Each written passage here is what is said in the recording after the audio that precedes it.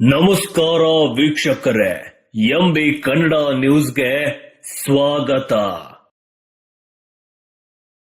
ಬೆಳಗಾವಿ ಜಿಲ್ಲೆ ಹುಕ್ಕೇರಿ ತಾಲೂಕಿನ ಯಮಕನ ಮರಡಿ ಗ್ರಾಮದ ಶ್ರೀ ಹುಣಸಿಕೊಳ್ಳ ಮಠದಲ್ಲಿ ದಲಿತ ಮುಖಂಡರಾದ ಸುರೇಶ್ ಅಣ್ಣ ತಳವಾರ್ ಅವರಿಗೆ ಸತ್ಕಾರ ಸಮಾರಂಭ ನಡೆಸಲಾಯಿತು.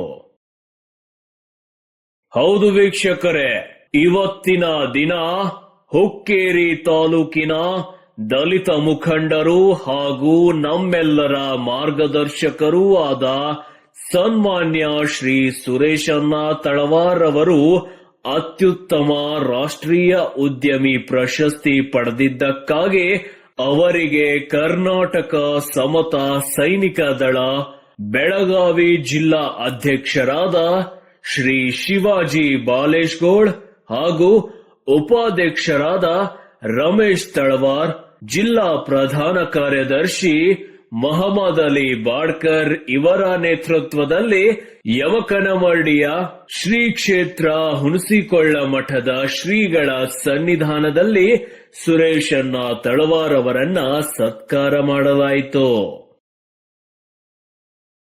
ಈ ಒಂದು ಸಂದರ್ಭದಲ್ಲಿ ಹುಕ್ಕೇರಿ ತಾಲೂಕಾ ಅಧ್ಯಕ್ಷರು ಶಿವಾನಂದ್ ಮಾಳ್ಕರಿ, ವಿಠ್ಠಲ್ ಬಂಗಾರಿ, ಶ್ರೀಮತಿ ಮಂಗಲ್ ಮಾನೆ, ಗೌಸ್ ಜಮಾದಾರ್, ಕಾಮಣ್ಣ ದೊಡ್ನಾಯಕ್, ಪ್ರಶಾಂತ್ ಧೂಳ್ಕೇಡ್, ಮಹಾಂತೇಶ್ ಬೇವಿನಕಟ್ಟಿ, ಅಜಯ್ ಅರಬಳ್ಳಿ ಸೇರಿದಂತೆ ಅನೇಕ ದಲಿತ ಮುಖಂಡರು ಉಪಸ್ಥಿತರಿದ್ದರು.